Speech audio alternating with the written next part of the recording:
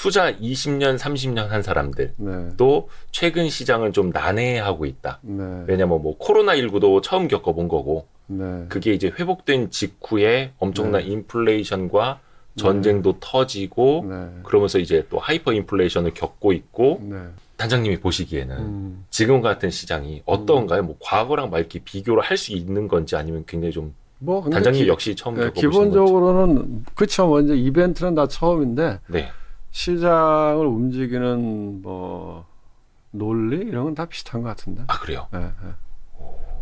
그럼 좀 그 해안을 좀 오늘 많이 받아보세요. 뭐, 저는 그거 좀 여쭤보고 싶어요. 네. 진짜 공무원 연금도 운용을 하셨었고 네. 뭐 학교라든지 건강보험공단의 자금도 네. 많이 운용을 해보셨으니까 네.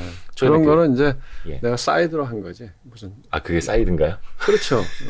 그 뭐 자문위원, 운영위원 이런 거 네네. 하는 거니까 아. 전업이 아니고. 네.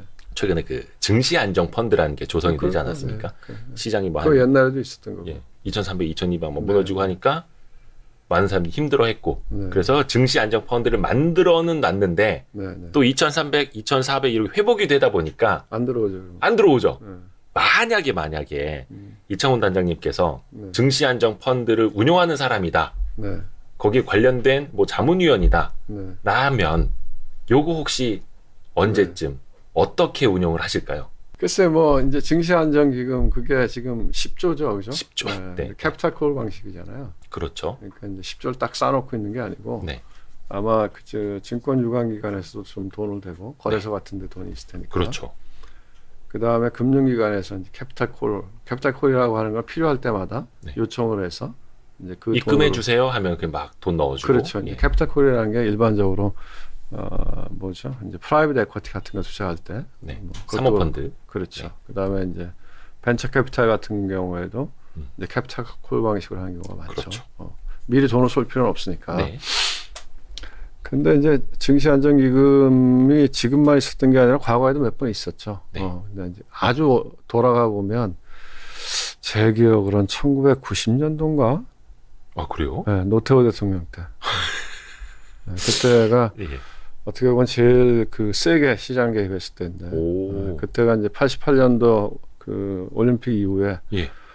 그때는 3조 현상이라는 게 있었잖아요. 아. 저금리 뭐 그다음에 환율, 유가 뭐 이런 게 다 우호적이라서 저환율, 저금리, 저유가. 그렇죠. 지금이랑은 완전 180도 다른. 그렇죠. 예. 그래서 그때가 주가가 처음으로 1000포인트를 넘어가고 아주 하락이었죠.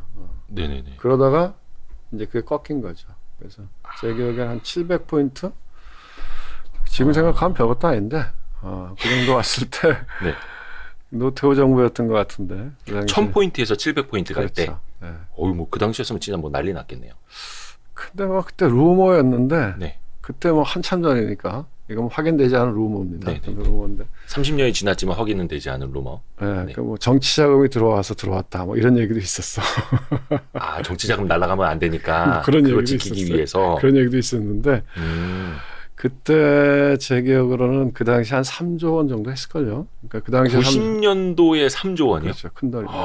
엄청나게 큰 돈이죠. 그 당시에 3조 원이면. 그렇죠. 와. 그러니까 90년도에 정확하게 기억은 안 나요. 아 뭐 아무튼요. 예. 네. 근데 그때는 어떻게 했냐면은 한국은행이 돈을 쐈어요. 예? 그렇죠? 한국은행이요? 네. 아 그래요? 그렇죠. 그러니까 이제 한국은행이 직접 주식을 매입할 수는 없고 네. 한국은행이 시중은행한테 자금을 주면 그렇죠. 뭐 지금도 은행들이 보면은 뭐 요번에 이루어지고 있는 채권 같은 경우에도 보면 보유하고 있는 채권을 담보로 해서 돈을 빌려오잖아요. 네네네. 예, 그렇게 하는 방식으로 해서 한국은행이 시중은행한테 돈을 주고 그 돈을 그걸로 주식 사게 한. 투신사에 주는 거예요. 투신사. 아 또. 그 당시에 3투신, 세 개의 투신사가 있었는데 한국투자신탁, 그게 지금 한국투자증권이죠. 증권이고. 증권 플러스 한국투신 운영 예. 같이 있었으니까. 그다음에 대한투자신탁, 그게 그렇죠. 지금 하나대투증권. 하나금융투자. 그렇죠. 네. 예, 그리고 국민투자신탁, 예. 그게 프루덴셜이었다가 그다음에 이제 지금 하나증권으로 넘어갔죠. 한화증권. 그렇죠. 네. 자, 옛날에는 이제 투자신탁 회사가 운영과 판매가 같이 있었거든요. 아 그렇죠. 그렇죠. 그러니까 지금으로 이제 따지면 자산운용사. 자산운용사 예, 플러스 증권사죠. 아 그걸 다 같이 갖고 있었다. 갖고 있었으니까. 네. 아 정말 옛날 얘기네요. 그렇죠. 그렇게 해서 네. 그때 뭐 이제 시장을 부양했는데 근데 별로 효과는 없었어요. 그러니까 효과가 없었어요? 700에서 제 기억으로 한 900까지 올라갔을 것 같아. 900 근처까지. 그 어마어마한 거 아닙니까? 그리고 그리고 700포인트에서 900포인트. 그리고 다시 빠졌으니까. 아, 그러니까 이제 원래 이런 그 증시 부양이라고 하는 게 예, 대세의 흐름을 바꿀 수는 없잖아요. 그렇죠, 그렇죠. 어느 정도 어느 조금 정도 받쳐주는. 그러니까 받쳐주는데 뭐 그때 팔 사람들 다 팔았겠죠. 아, 그때 이제.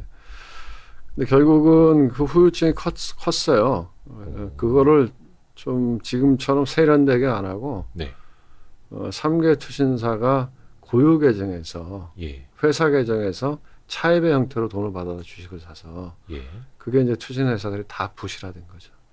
아, 다 부실화돼서 3개 투신사가 망해서 정부가 이제 공적 자금을 집어넣죠. 거기다가 근데 뭐 그때 당시에 3조 원짜리 증시 안정 펀드 때문에 망했다고 볼 수는 없는 거고. 그것 때문에 다- 망한 거죠. 아, 그래요? 그렇죠. 왜냐하면 그게 들어와서 주가가 빠졌으니까. 아, 그 돈으로 샀는데 일종의 차입을 해서 산 그렇죠. 건데 주가가 그 후에 빠졌으니까. 주가가 1000포인트에서 700포인트 갔을 때 막 투입이 됐는데 이게 한 900 갔다가 900 갔다가 다시 네, 빠져서 많이 빠졌죠. 그렇게 되면서 세계 투신사가 엄청난 적자가 나서 아. 결국은 그 투신사들이 이제 외환위기 이후에 이제 공적 자금을 받아서 예. 그 이제 라이트 오프라 그러잖아요. 네. 공적 자금을 받아서 부채를 어느 정도 해소하고 음. 매각을 한 거죠. 그 매각한 걸 받아간 게 지금 한국투자증권, 네네네. 동원그룹이 샀고, 네. 그 다음에 이제 대한투자신탁을 하나은행그룹에서 샀고, 그렇죠. 국민투자신탁을 그 당시에 현대에서 샀었죠. 현대그룹에서. 어쨌든 그랬었고, 그 후에도 뭐 몇 번 그런 움직임들이 있었고, 가깝게는 예. 코로나 터졌을 때, 그때 그쵸. 주가가 급락했잖아요. 예. 그때도 증환펀드 구성을 했었죠. 그렇죠. 했는데, 그때도 10조 원 조성만 해놓고 그렇죠. 쏘지는 못했죠. 그렇죠. 이제 가파르게 또 올랐으니까. 시장이 또 금방 돌아서서 음. 이제 들어오진 않고 사실 그게 좋은 거죠. 뭐 들어오겠다고 이야기하고 그 돈을 소진 안 하고 돌아왔으면 뭐 안 사고 이기는 게 좋은 거잖아요. 그쵸, 말로만. 근데 약간 그런 생각도 하게 되거든요. 네, 증시안전펀드 네. 조성을 하면 네, 물론 이것도 유관기관의 돈, 뭐 증권사들, 은행들이 네, 네. 다 십시일반으로 내는 돈이기는 그렇죠. 한데 네, 싸게 살 수 있을 때 싸게 사놓으면 네, 네. 물론 이제 지금 밸류에이션이 결코 높다, 거품이다라고 네, 할 수가 없는 상황이니까 네, 그럼 네. 그들한테도 도움되는 거 아닐까라는 네. 생각도 하게 되거든요. 뭐 그렇죠. 그러니까 사실은 뭐 옛날에는 네. 더 정부가 지금 말고 옛날 얘기죠. 네. 옛날에 뭐 한 30년, 20년 전, 25년 이런 전 재무부 시절. 예. 지금 이제 기획재정부인데 네. 그게 아니라 재무부 시절에는 실질적으로 시장이 이렇게 빠지면 기관들한테 개입을 많이 했죠. 그렇죠. 전화 그렇죠. 많이 돌렸죠, 공무원들이. 그렇죠, 그렇죠. 뭐 하고 있냐고. 주식 사라고. 그럼 바로 이제 사고. 그렇죠. 근데 그렇게 사면 대체로 괜찮았어요. 왜냐면 살 때 사고 싶지 원래 사고 싶지 않을 때 사면 돈 버는 경우가 많잖아요.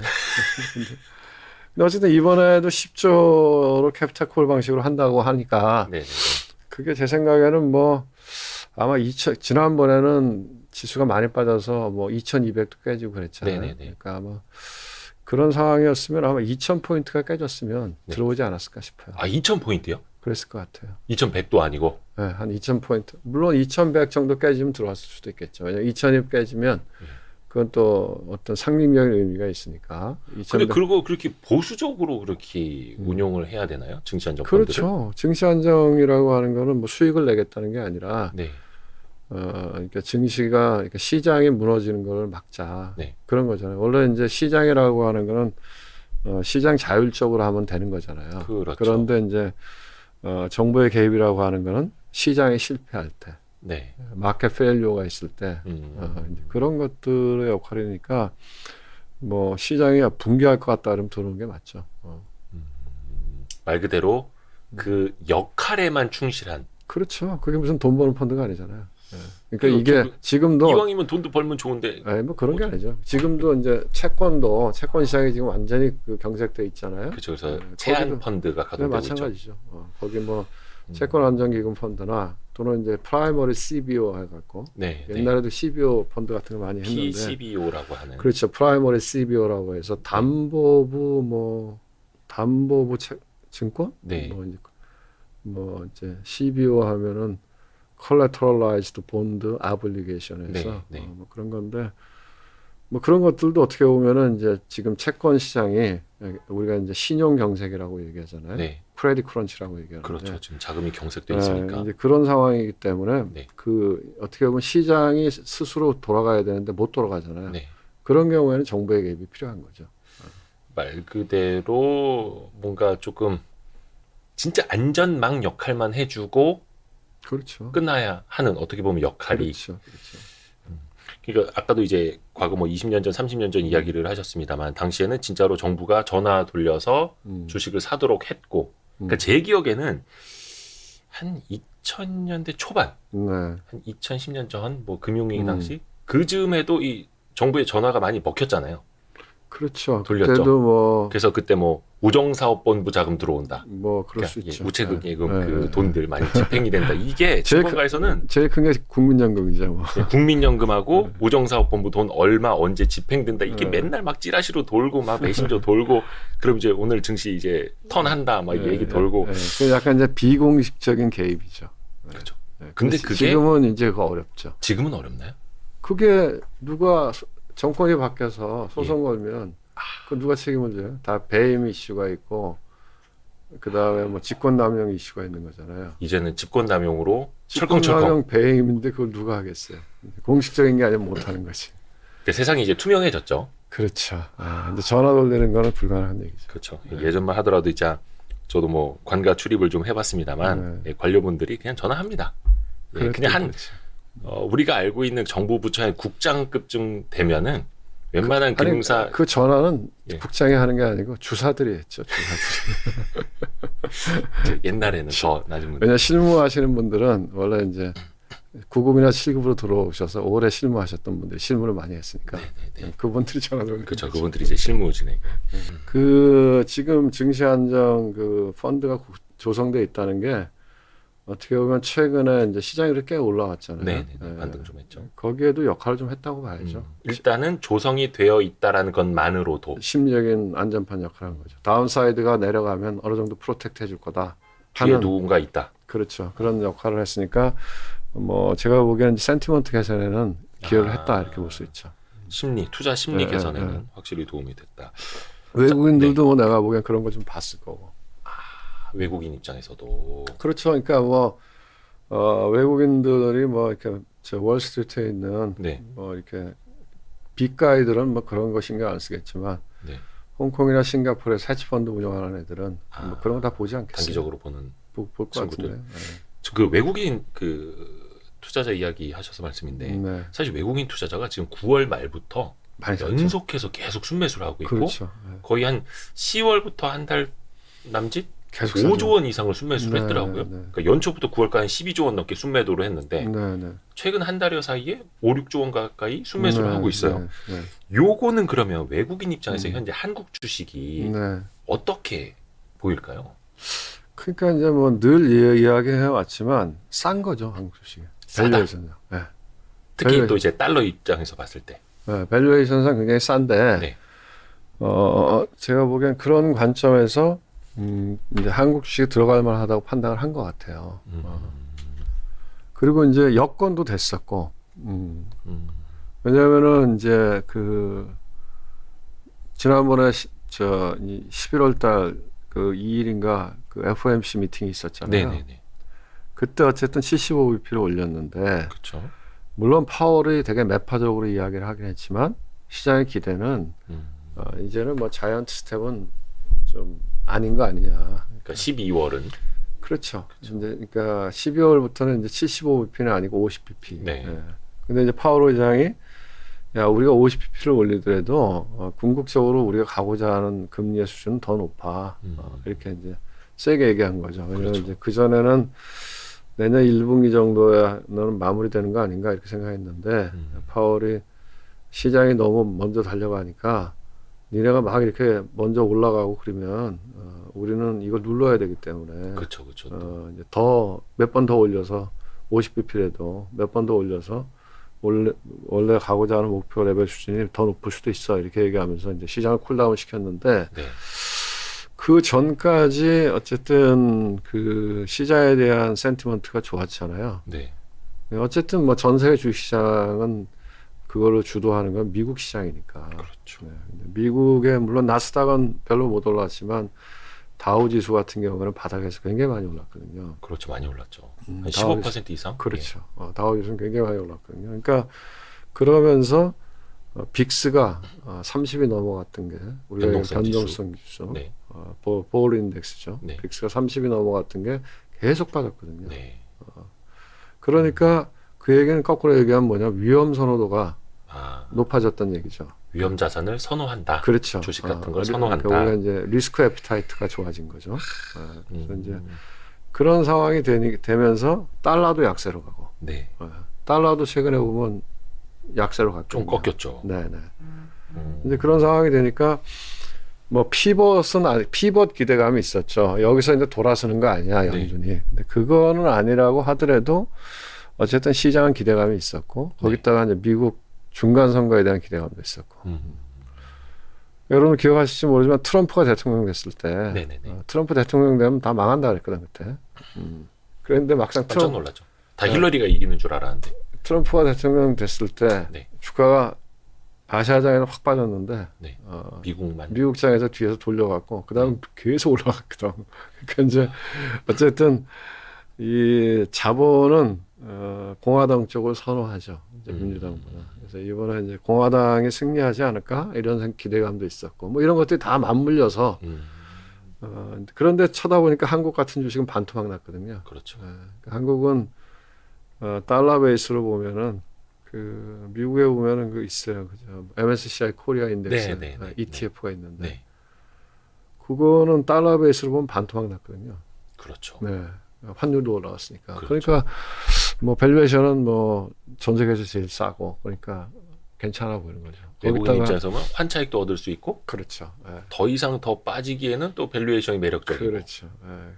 뭐 그런 것들이 맞물렸고 그다음에 이제 이머징 마켓 인덱스 어차피 이제 뭐 빅 플레이어들은 이제 인덱스를 사는 건데 그렇죠. MSCI 이머징 마켓 인덱스에 제일 큰 게 중국인데 중국을 사긴 좀 그렇잖아요. 지금 좀 중국 쪽에서 좀 외화가 좀 빠진다고. 그렇죠. 그 뭐 시진핑 독재하고 후진타오 붙잡고 나가고 이런 거 보니까 중국에 투자하기 어렵다 이 생각한 거겠죠. 그러니까 아마 일부는 중국 비중을 낮추고 상대적으로 세이프한. 왜냐하면 이제 우리가 중국 경제하고 연동이 많이 돼 있다고 보잖아요. 그렇죠. 그러니까 중국을 팔고 싶은데 중국을 못 팔면 한국을 팔잖아요. 그랬죠. 그러니까 어떻게 보면 우리가 이제 경제적으로 중국하고 많이 연결돼 있기 때문에 우리나라 제1의 수출국이고. 우리가 어떻게 보면 중국 마켓에 대한 프락시 역할을 좀 하는 거잖아요. 그러니까 이제 중국은 좀 어렵겠어. 그럼 그 비중들이 한국에 넘어온 부분도 분명히 있을 거라고 좀 보고 있고. 약간 조금 바뀌는 거네요. 그러면. 근데 과거에는 중국 경제 안 좋으면 한국 경제도 안 좋을 거야. 그럼 한국도 팔아 이거였는데. 그렇죠. 경제는 안 좋겠죠. 근데 경제는 안 좋지만 자금 시장 측면에서는 그렇죠. 중국에 있던 자금들이 한국으로. 만약에 이머징 마켓 인덱스의 비중을 늘리자 이렇게 의사결정을 했는데 그래도 중국은 좀 찝찝하지 않아? 이러지 않았겠어요? 그 자금의 성격이 좀 있는 것 같다. 네네. 그런 것들이 맞물려서 이제 들어온 거죠, 한국에. 근데 그거는 조금 더 계속 이어질 수 있다고 보세요, 혹시? 외국인 그리고 자금의 제가 보기에 유입이. 또 하나는 그동안 외국인들이 공매도를 많이 했잖아요. 네. 근데 이제 보통 공매도를 하는 사람들은 헤지펀드거든요. 네네, 그렇죠. 무슨 뭐 연기금 펀드가 공매도 하지는 않으니까요. 네. 그러니까 헤지펀드들이 롱숏 펀드들. 뭘 사고 뭘 팔고 이런 거죠. 근데 이제 여러분들이 이제 오해하는 것 중에 하나가 공매도 하면은 뭐 한쪽만 판다고 생각하는데 대부분의 공매도라고 하는 건 대부분 롱숏 펀드예요. 그러니까 예를 들면은 뭐 한국에 있는 같은 아시아권에 있는 뭐 주식 중에서 뭐 삼성전자를 팔고 TSMC를 사고 뭐 이렇게 한쪽은 우리가 사는 걸 롱이라고 하잖아요. 파는 걸 숏이라고 하잖아요. 그래서 시장 리스크, 우리가 얘기한 체계적 위험, 베타 리스크는 좀 빼고 알파만 우리가 추구하겠다 해서 한쪽을 사고 한쪽을 팔고 이런 트레이딩을 꽤 하거든요. 롱숏을 뭐 그걸 우리가 이제 마켓 뉴트럴이라고도 부르는데 그 한국은 그동안 공매도 많이 했잖아요. 근데 대부분의 헤지펀드들은 절대 수익을 추구하니까 그 친구들은 대충 11월 말 그 땡스기빙 데이 추수감사를 전에 이제 대충 부클로징 하거든요. 장부를 이제 닫아버리죠. 투자를 쉬려고. 그러니까 이제 그 공매도를 이제 다시 바이백하는 과정도 있었던 것 같아요. 그러니까 숏 포지션 청산. 그렇죠. 그러니까 삼성전자, 뭐 하이닉스, 반도체주 계속 팔다가 최근에 꽤 많이 샀잖아요. 네. 그런 거 아니었나 싶어요. 아, 그게 이제 다 맞물린. 그렇죠. 네. 좋습니다. 파월 이야기도 하셨고 네. 11월 이제 FOMC 이야기를 하셨는데 네. 혹시 단장님이 보시기에는 네. 약간 금리 인상의 끝 네. 이제 어디쯤 혹시 보일지 어떻게 생각하세요? 제가 보기에는 이제 뭐 아마 75는 특별한 일이 아니면 12월 달에 75로 올릴 것 같진 않아요. 네. 그런데 이제 오늘 밤에 보면은 미국의 소비자 물가 물가지수 데이터가 나오죠. 나오잖아요. 저희가 지금 이제 11월 10날 촬영을 하고 있어가지고 네, 네, 근데 이게 항상 이 데이터 보기 전까지는 네. 오돌도돌 떱니다. 예, 다들. 그래서 이게 만약에 이제 뭐 그냥 무난하게 나오면 네. 제가 보기에는 뭐 12월 달에 그냥 50bp 올릴 것 같고 시장의 컨센서스는 7자죠. 7자. 네. 근데 이제 코어 CPI를 또 봐야 되고 그렇죠. 이제 아마 그거 숫자 그러니까 제가 이제 얘기하면 그 숫자가 높게 나오면 네. 시장의 생각보다 높게 나오면 모르죠. 또 와들들. 너 모르는데 왜냐면 우리가 지금 몇 번 그랬잖아. 7월 달부터 그렇죠.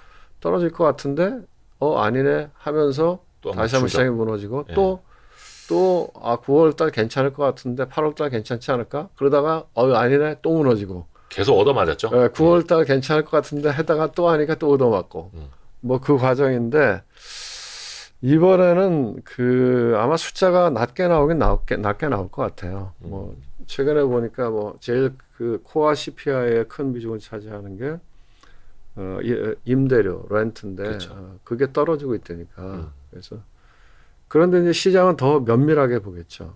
렌트료가 떨어지는 거는 오케이. 네. 그런데 다른 부분도 같이 떨어지나? 그렇게 더 분석을 해서 네. 아마 오늘 밤에 발표되고 나서부터 오늘 밤에 미국 시장이 날리겠죠. 그거는 이제 숫자가 나오면서 움직이고 그다음에 나온 숫자를 갖고 분석을 해서 그것도 어떤 방향을 정하고 그렇게 되겠죠. 문제는 이제 결국은 데이터 디펜던트인 거죠. 그렇죠. 그러니까 파월이 얘기했듯이 결국은 이제 물가 그 전에 고용 데이터, 뭐 임금 데이터, 뭐 이런 것들이 또는 이제 경기 데이터 이런 것들이 뭐 만약에 이제 경기가 많이 망가진다. 그러면은 금리를 많이 못 올리겠죠. 네. 일단은 제가 보기에는 어느 수준까지는 금리를 갖다 놓은 거죠. 이제부터는 보면서 하겠다는 스탠스가 많다고 봐야죠.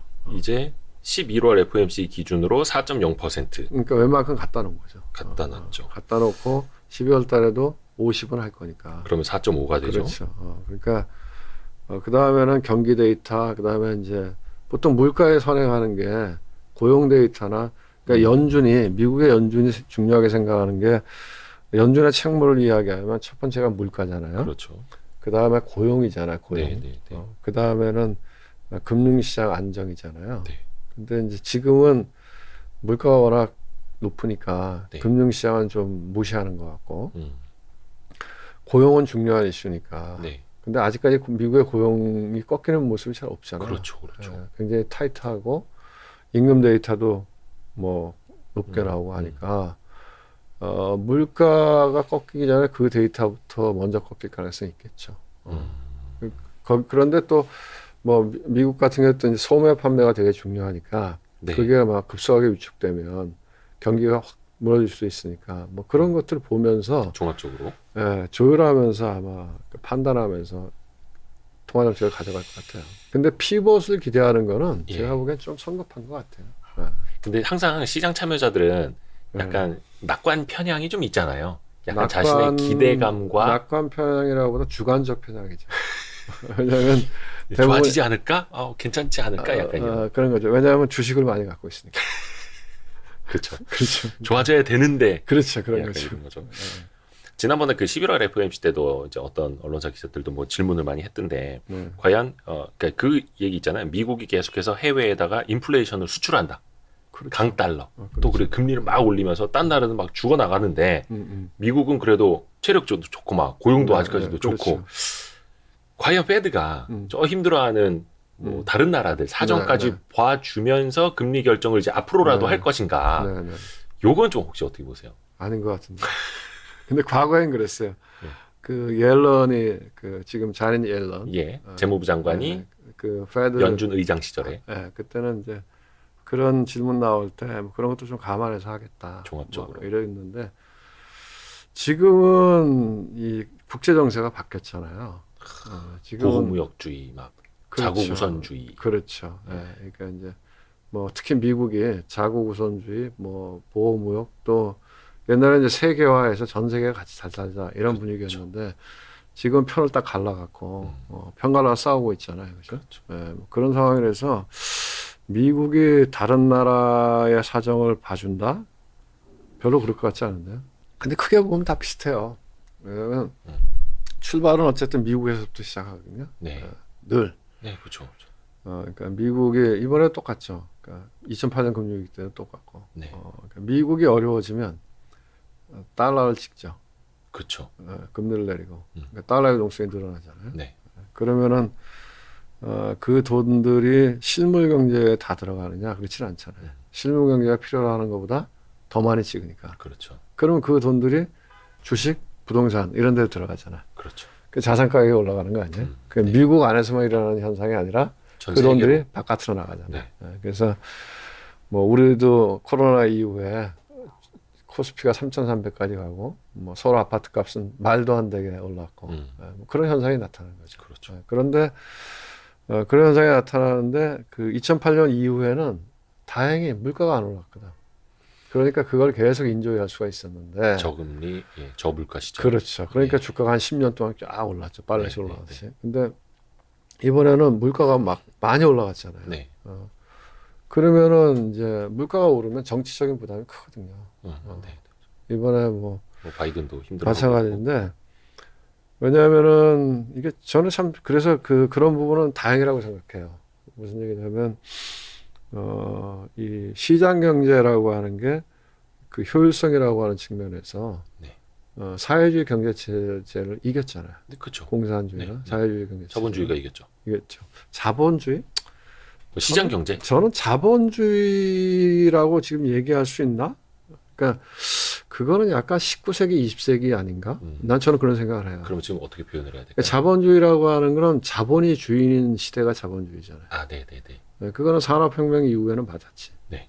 어떻게 보면은 2000년대까지도 그 말이 어느 정도 맞았는데 지금은 제가 보기에는 뭐 어떤 면에서는 그러니까 제일 중요한 건 시장인 것 같고 네.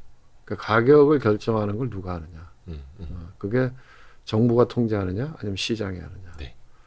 그리고 지금 우리가 생산의 3요소를 얘기하면 옛날엔 자본, 노동, 그다음에 토지를 얘기했잖아요. 그렇죠. 그렇죠? 근데 지금은 뭐 토지를 얘기하지는 않잖아요. 그러니까 지금은 어떻게 보면 자본과 노동과 기술인데 그렇죠. 제가 보기엔 그 중에서 제일 중요한 드라이빙 팩터는 기술 아니에요? 이제는 그렇죠, 시대가. 그러니까 제가 보기엔 시장과 기술이 더 자본보다 앞에 가 있는 거 아닌가. 그래서 왜냐하면 기술이 있으면 자본을 얼마든지 모으잖아요. 그렇죠, 그렇죠. 얼마든지 따라오죠. 자본을 대겠다는 사람 줄을 서 있잖아요. 그렇죠. 특히 미국 같은 경우는. 기술만 좋으면. 그러니까 기술이 됐든 뭐 뭔가 사업 아이디어가 됐든. 그래서 뭐 어쨌든 근데 어쨌든 제가 보기엔 소위 뭐 속칭 시장 자본주의가 어떻게 보면 사회주의 경제체를 이긴 건데. 네. 그게 이제 이념적으로나 이론적으로 보면 공산주의나 사회주의가 더 좋은 거 아니에요?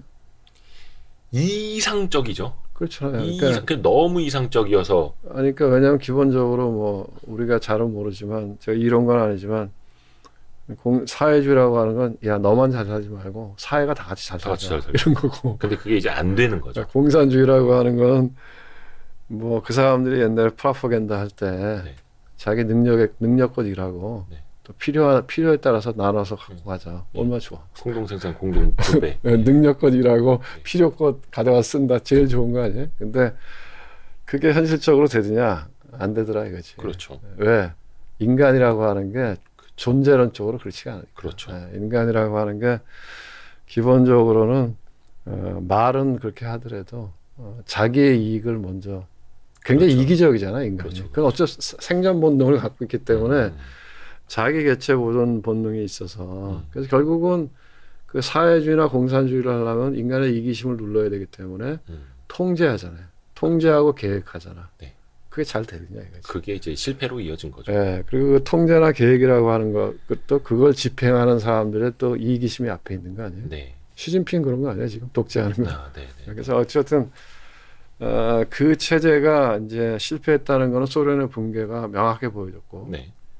우리가 지금 보고 있는 명확한 증거는 에비던스는 북한이죠. 네. 남한하고 북한하고 옛날에 1960년대만 해도 북한이 우리보다 생산 능력이 좋았는데. 경제력 비슷했는데. 네, 그러니까 어쨌든 그래서 제가 느끼는 거는 이 시장 경제라고 하는 거는 민주주의 체제하고 같이 가지 않으면 성공하기 어렵더라. 그래서 이제 그나마 중국이 이제 1인당 GDP 10,000불까지 갈 때에는 등소평이 세워뒀던 원칙이 있었잖아요. 네. 뭐 경제는 시장을 따라가고, 예. 뭐 정치는 공산당 일당 독재를 하되, 예. 권력의 독점을 안 한다. 그래서 네. 집단지도 체제하고 뭐. 네. 그랬는데 그게 지금 다 무너졌잖아요. 그래서 왜 이제 제가 이 얘기를 하냐면, 이 물가라고 하는 게 왜 이렇게 중요하게 다뤄지느냐 하면, 이 시장, 이렇게 시장 자본주의 체제하에서 의사결정 권한은, 주주권은 돈대로 하잖아요. 네. 그렇잖아요. 네. 주주는 한 주가 한 표잖아요. 그렇죠. 근데 뭐 내가 지분을 갖다가 50% 갖고 있어. 그럼 내가 한 사람이 50%의 권리를 행사할 수 있잖아요. 그렇죠. 예. 그런데 정치 권력은 그렇게 못 하잖아요. 네. 정치 권력은 1인 1표. 네. 네. 그러니까 뭐 이재용 회장이나 네. 우리 뭐 전화 네. 똑같은 거죠. 1인 1표잖아. 네. 그런데 물가가 올라가면 뭐 많은 사람들이 이 고통스럽거든. 돈 많은 사람은 상관없는데 네. 한 80%의 사람들은 물가가 올라가면 고통스럽기 때문에 그 사람들이 표를 현 정부에 안 주거든. 그래서 어느 정치 권력이 사실 말은 본질을 하는데 별로 신경 안 쓰는데 뭐 물가가 이렇게 올라가는 거는 어느 권력이나 신경 쓸 수밖에 없는 거죠. 그래서 이제 어쨌든 그 물가가 올라가면은 미국이 그 다음에 하는 그 행동은 돈을 줄이는 거잖아요. 그렇죠. 긴축. 왜냐하면 결국 가격이라고 하는 건 수요 공급으로 결정이 되는데, 네. 뭐 공급 사이드를 컨트롤할 수는 없잖아요. 그러니까 이번에 물가도 두 가지 요인이 다 있는 거죠. 수요적인 요인, 공급적인 요인. 공급적인 요인이 또 컸지. 그렇죠. 어떻게 보면 원자재 가격이 올라가고 서플라이 체인이 망가지고 전쟁이 일어나고. 네. 그렇지만 페드가 그걸 할 수는 없잖아요. 그렇죠. 그건 정치인의 몫이고. 근데 어쨌든 물가를 잡아야 되는 페드 입장에서 할 수 있는 거는 수요를 억제하는 거죠. 네. 그러려면 돈을 줄여야 되잖아요. 그래서 그 돈 줄이는 과정에 들어가 있는 거고. 그러면 돈을 줄이면 금리도 올라가고 달러의 유동성이 축소되는데 늘 문제는 어디서부터 발생하느냐? 저 끝에부터 발생하잖아요. 제일 약한데. 그렇지. 예. 거기서부터 터져 들어오는 거예요. 근데 이제 그 끝에가 많이 터지면 어쨌든 미국도 자급자족을 하는 경제체제지만 영향을 안 받을 수 없잖아요. 네. 미국의 영향이 와서 미국의 경기가 나빠지기 시작하면 이게 피벗이 되는 거죠. 결국은 아직까지 자기네들한테 영향이 와야. 그렇죠. 네. 근데 아직은 그 정도까지는 아닌 것 같아요. 그러니까 뭐 이번에 IRA 법안 같은 거 봐도 뭐 동맹이고 뭐고 일단 자기네가 급하니까 이런 식으로 하는데 결국 저 끝에 있는 가장 약한 나라 터지든 말든 자기네 발등에 불이 떨어졌으면 그것부터 꺼야 되는 건 맞는 거고. 근데 그게 돌고 돌아서 자기네까지 영향이 오면 그때 이거 안 되겠네. 그렇죠. 이러면서 그때 이제 피벗이 그렇죠. 들어오거든. 역시. 그러니까 우리가 왜 통화 수합 이야기를 많이 했잖아요. 한미 네. 통화 수합 얘기. 안 해주고 있죠. 근데 그것도 2008년도 금융위기 때 미국이 했거든요. 그때는 미국이 먼저 했죠. 근데 미국이 우리나라만 해준 게 아니에요. 그렇죠. 몇 나라 찍어서 해준 거거든요. 그렇죠. 그때 한 10개 나라가 뭐 다 같이 했죠. 그러니까 이제 통화 수합이 그 소위 얘기해서 이제 기축통화국들, 그러니까 뭐 일본이나 유럽이나 뭐 캐나다나 뭐 스위스나 뭐 몇 나라들하고는 상시적으로 돼 있죠. 그렇죠. 왜냐하면 이제 그것까지 무너지면 이 달러 중심의 이 국제 그 통화 제도 자체가 흔들릴 수 있으니까 거기는 이제 안 그러면 일본이 저렇게 대놓고 지금처럼 저런 완화적인 통화 정책을 할 수가 없죠. 근데 이제 그렇지 않은 나라들은 본인들이 필요할 때 하는 거죠. 그래서 2008년도 그때 했던 거고. 결국은 뭔가 온정이라든지 동맹이라든지 이런 거에 기대지 말고 철저하게 어떻게 보면 이제 계산적일 수밖에 없다는 걸 또 투자자 입장에서 염두에 두고 있어야 되는 거고. 그렇죠. 그러니까 뭐 국제 뭐 이게 외교나 이런 부분은 뭐 어떻게 보면 굉장히 뭐죠? 냉정하고 그런 거죠. 아까 잠깐 환율 말씀도 좀 해주셨는데 네. 달러 강세가 조금은 꺾였어요. 달러 인덱스 그렇죠. 좀 한 115까지 갔다 지금 한 110 밑으로 이제 내려왔고 맞아요. 달러 강세는 네. 어느 정도 좀 끝났다고 보세요? 좀 어떻게 생각하세요? 좀 봐야 될 것 같아요. 아 그래요? 당분간. 그러니까 이제 결국은 이제 그 달러가 이번에 무지하게 강하게 갔죠. 그렇죠. 왜냐하면 2008년 때보다 더 강하게 갔거든요.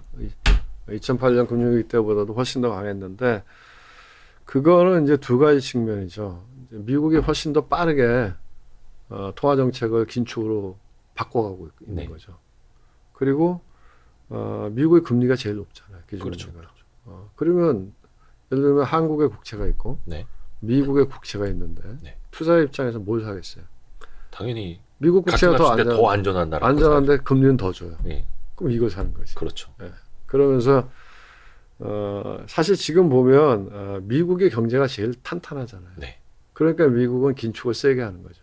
그런데 뭐 유럽도 그렇고 일본도 그렇고 뭐 우리나라를 포함한 이머징도 그렇고 어쩔 수 없이 따라하는 거잖아요. 안 따라가면은 뭐 캐피탈 플라이트 같은 게 그러니까 자본 유출이 생기고 그렇죠. 환율이 폭등하니까 어쩔 수 없이 따라가는데 그러다 보니까 경제는 점점 더 어려워지는 그렇죠. 거죠. 그러니까 그 갭의 차이가 달러의 강세로 나타나는 거죠. 그런데 그래도 달러가 좀 지나치게 강한 게 아닌가 이런 생각들을 시장에서 하는 거죠. 그리고 미국의 입장에서도 네. 물가라고 하는 측면에서 보면 달러 강세가 좀 도움이 되죠. 미국이. 그렇죠. 수입 물가를 좀 낮출 수 있으니까. 네, 그런데 사실은 우리는 환율이 물가에 영향을 무지하게 많이 주죠. 우리 특히 그렇죠. 우리는 뭐 원유 같은 거 한 방울도 안 나오니까. 그렇죠. 원자재 수입이 많으니까. 네, 근데 미국은 뭐 원유 같은 거 다 자급자족이 되잖아요. 그렇죠. 근데 이제 미국도 3분기 실적을 보면 빅테크 기업들이 별로 안 좋잖아요. 네. 애플도 그랬고 뭐. 근데 글로벌 비즈니스를 하는 입장에서는 달러가 계속 강세로 가면 아무래도 어렵잖아요. 어렵죠. 그런 부분이 있기 때문에 지속적인 달러의 강세를 미국이 용인하는 것도 좀 부담스럽지 않겠나. 그래서 그러니까 이제 이번에 75bp 올리고 다음에 50 올린다고 하니까 달러가 이렇게 방향을 터는 거죠. 네. 틀은 상태에서 특히 이제 코리아 원화 같은 경우에는 그동안에 외국인들이 누적적으로 주식을 많이 샀잖아요. 네. 그런 부분도 있었기 때문에 이번에 탁 치고 들어온 거죠. 뭔가 이제 트리거링 포인트를 보고 세게 밀은 거죠. 좀 다시 이제 국내로 돌아와서 우리나라 지금 약간 채권 시장이 좀 위태위태하죠. 실제로 그렇죠. 이거는 자금 경색이다라고 이제 강하게 이야기하시는 전문가들도 많고, 요게 우리 뭐 실물 경제라든지 뭐 주식과 같은 다른 금융 시장에 미칠 영향, 요게 잠깐 이러고 말지, 아니면 혹시나 이게 조금 더 확산될 여지가 있을지 좀 어떻게 보고 계세요? 그렇죠. 어려운 문제인 것 같은데. 네. 그러니까 이게 정부가 안 막아주면, 그러니까 이제 주가가 빠지는 거는 금융위기는 아니에요. 주식을 투자하시는 분들은 손실이 와서 힘들긴 하지만, 그래서 이제 우리가 이야기하는 금융위기라고 하는 거는 신용경색, 그렇죠. 영어로 얘기하면 크레딧 크런치에서 자금이 안 돌아서 그것 때문에 뭐 예를 들면 증권회사나 건설회사가 부도가 나고 실제 뭐 좀 약한 기업들이 부도가 나고 그렇죠. 이렇게 넘어가면 그게 금융위기잖아요. 그런 상황 비슷하게 왔었죠. 자금이 안 돌았잖아요. 자금이 안 돌고 뭐 강원도에서 그 레고랜드 늘 보면 사고는 정치인들이 쳐요. 제가 보기에는 나라를 망가뜨린 것들도 권력을 갖고 있는 사람들이지. 그렇죠. 국민들이 망가뜨린 것 같지 않아. 국민들이 열심히 일하고. 누가 그 얘기하더라고요. 역사적으로 봤을 때 학교 못 다니고 글자 못 읽고 이런 사람들 때문에 나라가 망한 적은 없다. 그 사람들은 나라를 구하러 봉기를 했지. 뭐 나라 팔아먹은 다 이제 지식인들이었다. 임진왜란 일어나면 의병하고 그러는 거지. 뭐 3.1운동도 하고 그러지. 뭐 나라 팔아먹은 건 다 을사오적들 다 그런 거 아니야. 그렇죠. 어쨌든 근데 이제 물론 이제 그 레고랜드에서 강원도지사가 이제 닥치를 해갖고 어떻게 보면은 그 화약고에 불을 붙인 건데 이미 화약고는 준비가 돼 있었던 거죠. 네. 위태위태 했던 거죠. 그렇죠. 근데 이제 그 이면에는 너무 달린 거죠. 작년까지. 작년까지는 저금리에 자금이 풍부하니까. 그렇죠. 뭐 증권회사들 돈 무지하게 벌었잖아요. 그렇죠. 특히 증권회사, 중소형 증권사, IB 이런 데들도 무리하게 질러갖고 돈 많이 벌었잖아요. 네. 그리고 이제 뭐 CP 같은 거, 담보부 CP. 이건 만기가 회사채가 아니고 담보부 CP죠. 그러니까 네. 보통 구조화를 시키죠. 주로 부동산 금융이 컸는데 네. 만약에 부동산을 보고 한 뭐 대장동 우리가 보면 알잖아요. 대장동 같은 거 보면 부동산을 디벨로핑을 한다. 네. 그러면은 이렇게 보면은 예를 들어서 뭐 5천억짜리다. 네. 그러면 이걸 자르거든요. 에쿼티. 네. 그 다음에 중간에 메자닌. 그 다음에 메뉴에 있는 거는 시니어 본드, 선순위. 이렇게 해서 그거를 초기에 리스크 테이킹 하는 사람들은 에쿼티에 한 뭐 20%? 이렇게 넣고 나머지 한 뭐 50% 정도는 이제 금리는 높게 받지만 또 좀 문제가 되면 나도 책임을 져야 되는데 네. 그걸 우리가 이제 저 중순위 영어로 얘기하면 메자닌이라고 얘기하는데 네. 그 메자닌 형태로 하고 그 다음에 맨 위에는 이제 시니어 본드 한 70%가 날라가도 이거는 받을 수 있어 하는 거는 이제 은행 같은 데서 들어오거든요. 그렇죠. 선순위. 네. 선순위로. 네. 뭐 그런데 이거를 해갖고서는 이거를 근데 단기적으로 하는 거죠. 이걸 또 담보로 해서 대출을 한 거를 담보로 해서 CP 같은 걸 찍은 거거든. ABCP 같은 그렇죠. 거. 그게 예. 담보부, 그러니까 Asset Backed Commercial Paper, 그렇죠. ABCP인데. 자산 유동화 담보부 증권. 그렇죠. 예. 근데 그거는 만기가 짧아요. 그런데 이 사업은 만기가 길거든. 그렇죠. 3년짜리를 그렇죠. 3개월짜리로 계속 돌리는 그렇죠. 막 이런 식의. 그러면은 뭐 그런 거를 증권회사가 여기저기 자금을 끌어와서 중간에 브로커리지 해주면서 많이 받았지 수수료를. 네. 근데 이제 그냥 시행사나 건설사들의 신용도가 낮을 때에는 증권사가 지급 보증을 해준 거죠. 네. 신용보험을 해준 네. 거죠. 네. 그런데 최근에 뭐 강원도면은 정부잖아요. 네. 정부가 지급 보증한 걸 안 하겠다고. 안 하겠다 그러니까 완전 다 패닉이 된 거예요. 딴 건 뭐 다 그런 거죠. 그렇죠. 그게 안 도니까 그럼 시장에서 조달이 안 되면 어떻게 돼요? 증권사가 물어줘야 되거든요. 안 그러면 이거 부도나니까. 네. 그러니까 증권사가 무슨 돈이 있어. 그러니까 이제 난리가 났는데 어쨌든 그게 지금 정부에서 이제 개입을 해서 뭐 강원도도 이제 갚겠다 해서 그렇죠. 갚고 뭐 그 정부도 이제 뭐 지금 뭐 몇십조 해갖고 하겠다. 왜냐하면 지금 그건 가능할 것 같아요. 왜냐면 은행들이 돈이 많거든요.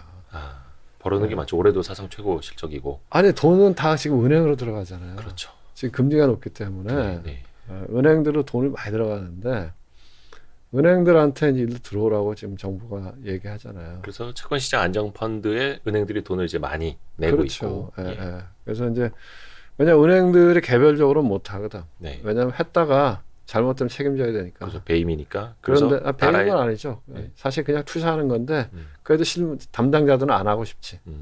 왜냐면 돈 들고 있는 데가 뭐 은행들, 보험사, 연기금 이런 데인데 공제 이런 데인데 지금 그 실무 담당자 이거 누가 투자하겠어요? 이게 금리는 무지하게 높지만 네.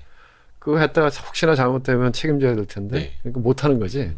이제 그러니까 그걸 정부에서 뭐 안전기금 펀드나 무슨 특별기구 같은 거 만들어서 거기다 돈 넣어라. 그럼 정부가 넣으라고 한 거니까 그렇죠. 약간 책임을 안 져도 되잖아요. 네, 네. 그런 식으로 해서 이걸 이제 넘어가고 있는데 이게 계속 괜찮을까? 뭐 이런 거죠. 근데 이제 또 하나는 최근에 또 그 흥국생명이 또 네. 저 해외 코리안 페이퍼죠. 네. 코리안 페이퍼 연구체 콜옵션 붙어 있는 거. 그거를 뭐 그거 안 해도 되긴 하는데 네. 관행적으로는 늘 이제 5년마다 상환을 해왔는데 관행을 안 지킨 거죠. 관행을. 그렇죠. 그러면서 또 해외에서 한국물이 또 폭락하고 뭐 이런 거서 근데 그것도 또 이제 다시 또 하기로 했잖아요. 그렇죠. 아마 그것도 정부가 뒤에서 조금 이렇게 근데 치는 것 아니 같아요. 그런데 그 정부가 잘 못하는 거지. 왜냐하면 처음에 그거 할 때 금감위하고 다 얘기했던 것 같은데 처음엔 오케이 했다가 네. 문제가 생기니까 아니네 다시 그렇죠. 이렇게 된 거거든요. 그러니까 그래서 뭐 이런 때는 진짜로 제가 보기엔 정부가 똑똑해야 돼요.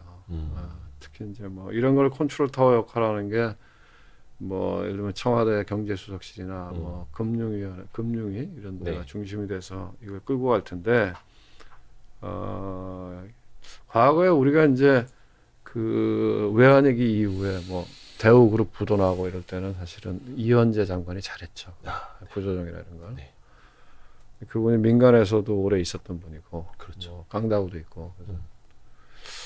그래서 뭐 지금 그런 면에서 뭐 정부가 계속 하고 있는데 최근에 오늘도 기사 보니까 뭐 연기금한테도 니네가 좀 해라 뭐 이렇게 압력도 들어가고 이러는 거 같아요. 어떤 걸 하라고요?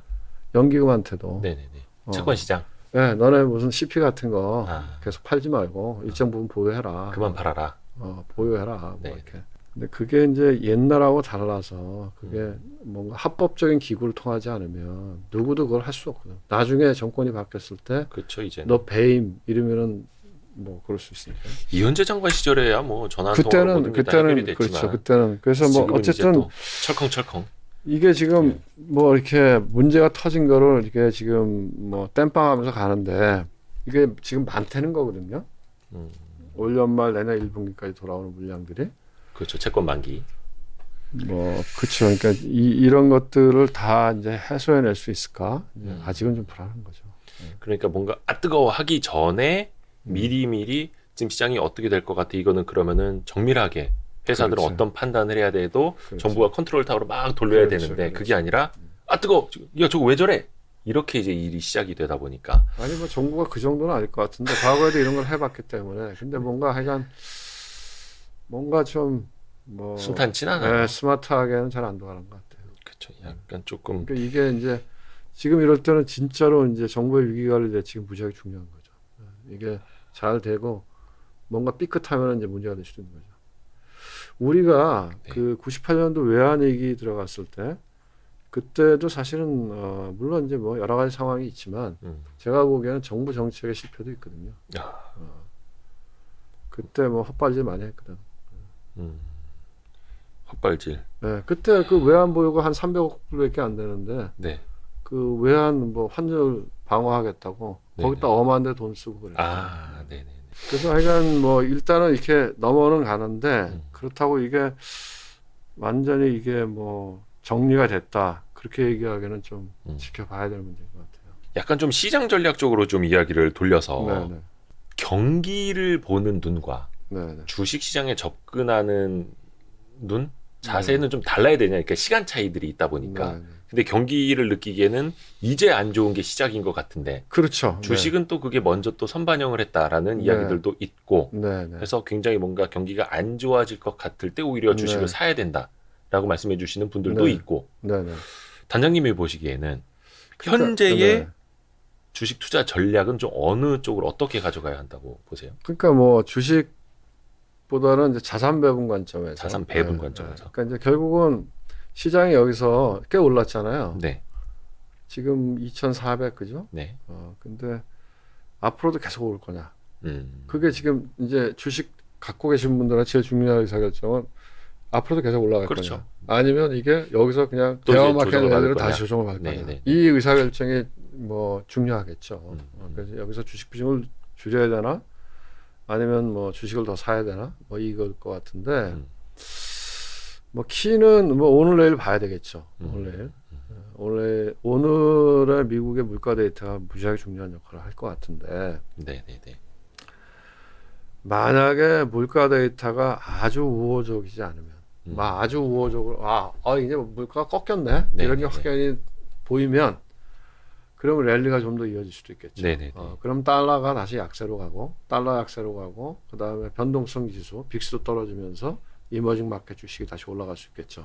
그래서 사실 오늘 밤이 무지하게 중요한 날인 것 같아요. 근데 이거는 이제 그 지나서 업로드가 될 겁니다. 네. 예. 근데 뭐 지나고 나서도 이제 시장을 보시면 그런데 만약에 그렇지 않고 그냥 뭐 예상 정도의 숫자가 나왔다 하면은 여기서 추가적으로 올라가는 거는 좀 버겁지 않을까? 왜냐하면은 이제 기본적으로 주가가 언제부터 그럼 오르느냐? 네. 그러면 과거에 뭐 늘 우리가 봐왔지만 경제가 나빠요. 네. 경제가 나쁘고 뭔가 사고가 터져. 그래서 미국의 연준이 통화 정책을 완화적으로 바꿔요. 네. 그럼 거기서부터 주가가 늘 올라가잖아요. 예. 예외 없었잖아요. 2008년 금융위기 때도 그랬고, 그 다음에 유럽의 재정위기 때도 그랬고, 그렇죠. 그 다음에 코로나 때도 그랬고. 결국 경제보다는 돈의 힘.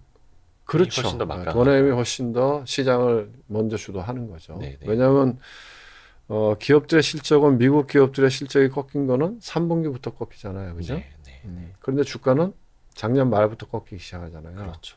그러니까 결국은 금리를 올리는 긴축 사이클이 시작되면서부터 주가가 꺾이거든요. 네.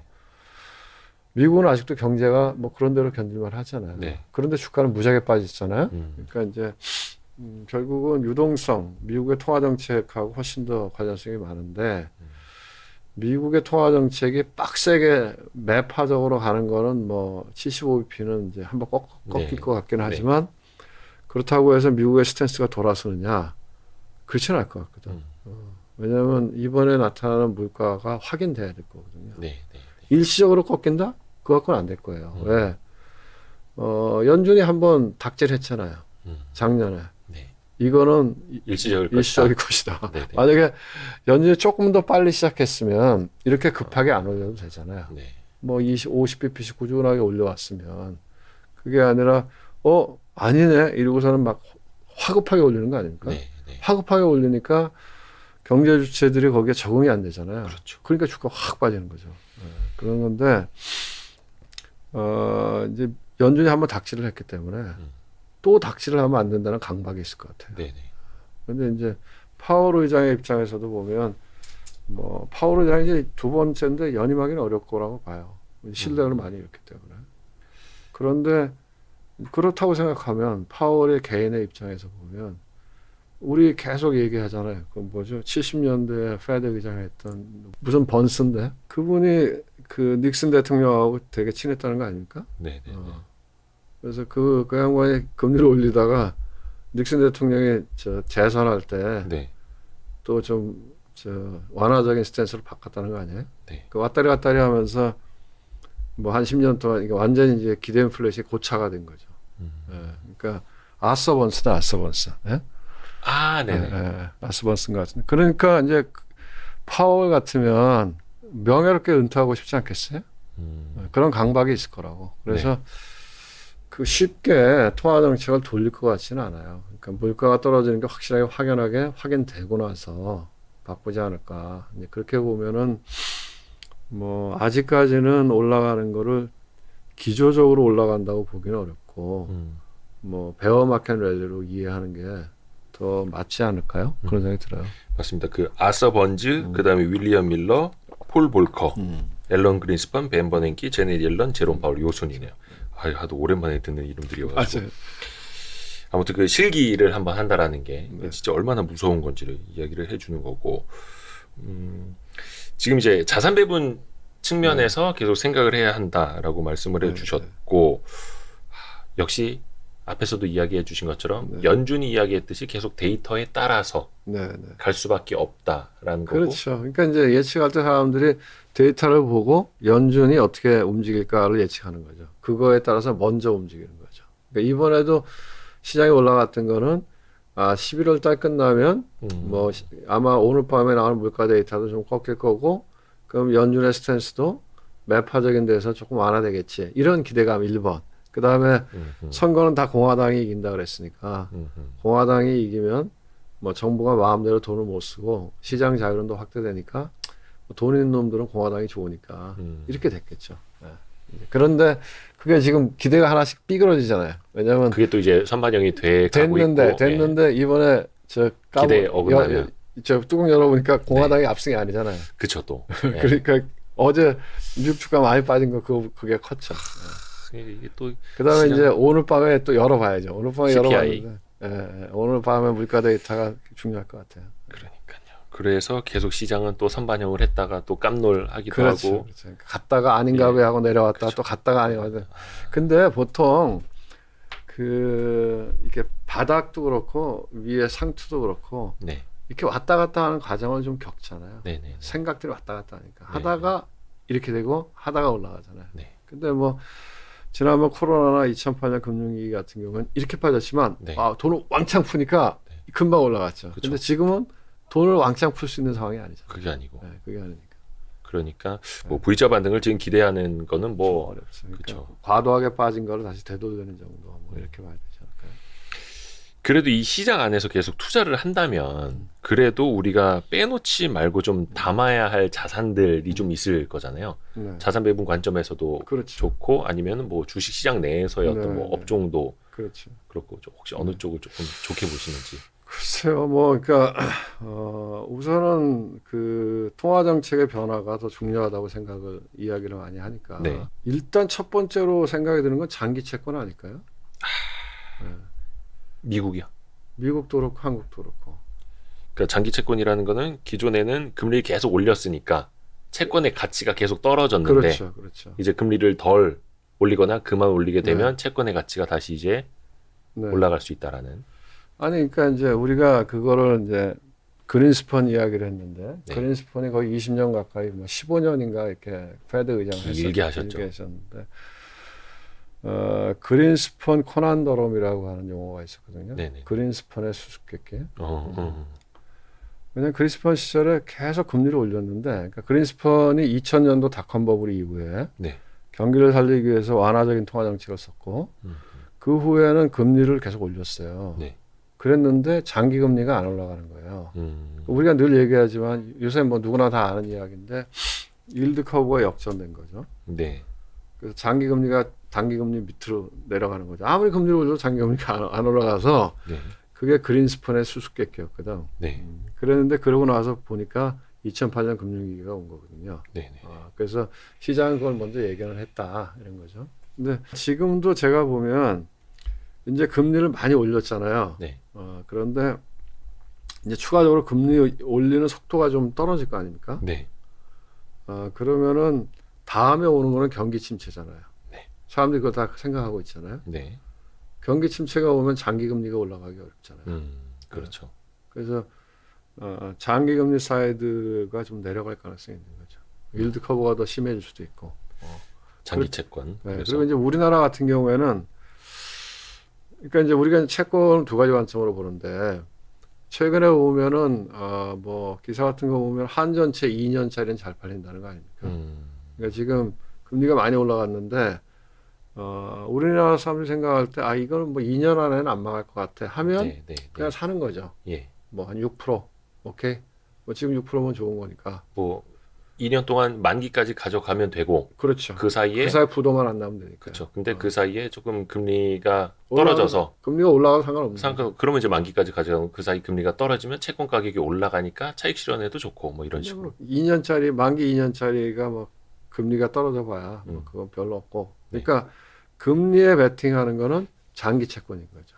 그렇죠. 훨씬 더 변동성이 좀 있으니까. 그 장기 채권 국채를 이제 베팅하는 거죠. 그러니까 10년짜리나 뭐 30년짜리 너무 길고 10년짜리 뭐 이런 것들. 그래서 최근에 보면 약간 그런 조짐들이 있는 것 같아요. 네, 맞아요. 우리 시장에서도 보면은 어제 오늘 보면 10년짜리 국채가 많이 올랐거든요. 네. 금리가 떨어졌다는 얘기죠. 그렇죠. 가격이 많이 올랐는데 우리나라는 특히 더 올 것 같아요. 우리나라는 내수 경기가 워낙 안 좋고 가계부채가 심하기 때문에 마지못해 금리를 올리는 건 가능한데 우리가 공격적으로 금리를 올릴 수는 없거든요. 그렇죠. 여기서 더는. 그리고 뭐 높게 올리면 완전 내수가 붕괴되고 혹시 가계부채가 터질 수도 있으니까 그런 맥락에서 우선은 자산 배분 측면에서 장기 국채 그 다음에는 어쨌든 좀 길게 보고 투자하는 사람들은 그냥 이 기회에 좋은 주식을 싸게 담자. 그리고 버텨보자. 그런 컨셉도 가능할 것 같아요. 그런 맥락에서 아마 최근에 좀 랠리가 있었던 게 아닌가 그런 생각 들더라고.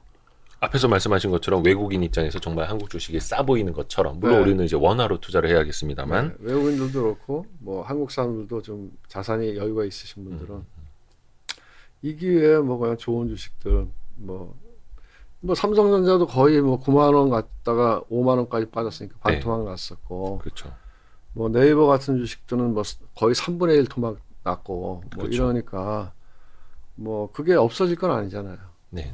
그런 맥락에서 우량주를 좀 담았던 것 같고 뭐 근데 단기적으로는 뭐 그게 계속 뻗어가기에는 한계가 있겠지만 뭐 길게 사이클을 길게 놓고 보면 네. 늘 뭐 무조건 되게 안 좋을 때 사갖고 하면 그게 좋은 시기니까. 물론 이거는 이제 장기적인 관점에서. 장기적인 그렇죠, 관점에서. 그렇죠. 뭐 그런 것들이 그리고 결국은 저는 이제 미국의 테크 주식도 네. 많이 빠졌지만 네. 뭐 어쨌든 지금 상황이 안 좋은 거긴 하지만 결국은 다시 또 그 뭔가 새로운 혁신 기술 이런 것도 주도하지 않겠습니까? 네. 근데 이제 환율이 부담되는 거죠. 그렇죠. 그래서 원화로 이제 산다. 그 제 달러로 산다. 생각에는 그래서 ETF 같은 거 사면 괜찮을 것 같아요. ETF 뭐 그러니까 인덱스를 예를 들면 나스닥 네. 이런 거 뭐 S&P 500 이런 거 인덱스를 사는데 그 ETF에 보면 가로치고 H라고 써 있는 게 있어요. 했지. 네, 그러니까 가로치고 H 그 요새는 그 몇 개 없더라고요. 옛날엔 다 해치를 했는데 요새는 다 오픈을 해서. 그것도 뭐 본인의 선택에 따라서. 네, 근데 그 가로치고 H라고 되어 있는 거는 환해질 한 거거든요. 네. 그러니까 만약에 근데 결국은 주식이 올라가면 원화율도 떨어지거든요. 네. 왜냐하면 우리 원화가 이 이머징 마켓 통화잖아요. 네. 위험 자산이기 때문에 주가가 올라간다는 거는 그 리스크 프레퍼런스가 높아진 거예요. 위험 선호도가 높아진 거거든요. 그러면은 뭐 원화도 지금 좀 과도하게 올라가 있기 때문에 밑으로 내려올 수 있으니까. 그러니까 원화가 강세로 갈 수 있으니. 그렇죠. 해지돼 있는 미국 지수 ETF 같은 것도 괜찮은 투자가 되지 않을까. 또 하나는 이제 배당이 얼마 안 남았잖아요. 그렇죠. 지금 이제 11월이니까 한두 달 남았는데 배당 수익률이 높은 주식들이 무지하게 많더라고요. 우리나라 주식에. 주가가 또 많이 빠져서 그런 것도 있고. 네, 배당주 ETF도 있고 배당 수익률이 뭐 10%씩 되는 것들도 있고. 네.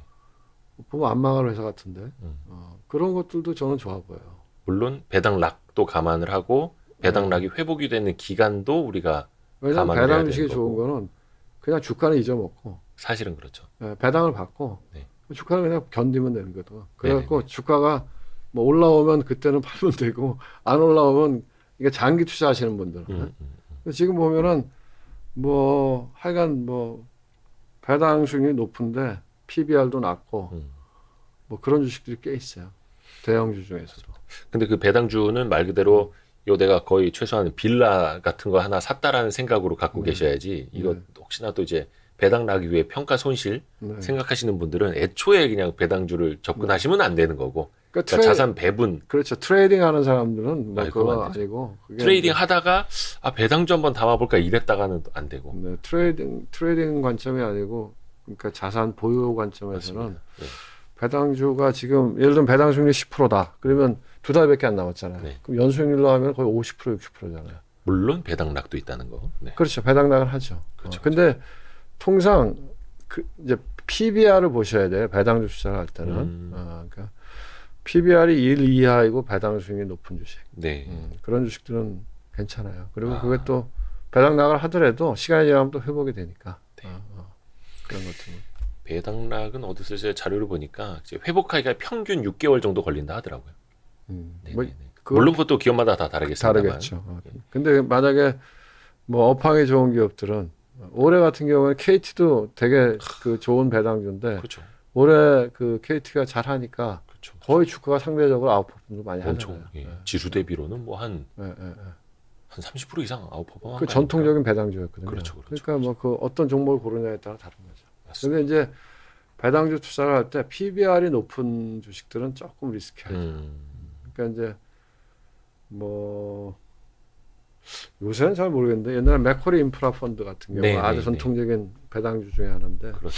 그건 PBR이 높아요. 한 2배 가까이 될까요? 옛날에 보면. 지금은 어떤지 모르겠는데. 근데 그런 경우에는 PBR이 1배 이하인데 배당 수익률이 하다 만약에 뭐 5% 10% 나오면 그거는 꾸준히 유지될 수가 있는데 PBR이 높은 주식은 사람들의 인식이 바뀌면 그 PBR이 1 이하로 내려올 수도 있는 거잖아요. 그렇죠. 그런 리스크는 좀 감안하셔서 PBR이 1배 이하인데 배당 수익률도 높다. 그런 주식이 좋은 거죠. 맥쿼리 인프라 최근에 찾아보니까 그 배당 수익률이 7%네요. 7%. 그렇죠. 7.0%. 그 정도 나오죠. 네, 그렇습니다. 이건 이제 찾아보시고 또 성향에 맞아야 되니까 좋습니다. 해서 오늘 이창훈 전 공무원 연금 자금운용단장 그리고 현재 한양대 경영대 네. 교수님, 예, 이창훈 교수님과 함께 이야기를 나눴고요. 한 번씩 이렇게 좀 해안을 저희가 또 이제 빌리도록 여기까지요. 하겠습니다. 아유, 네. 오늘 좋은 말씀 감사합니다. 네, 고맙습니다. 고맙습니다. 네. 수고하셨습니다. 네.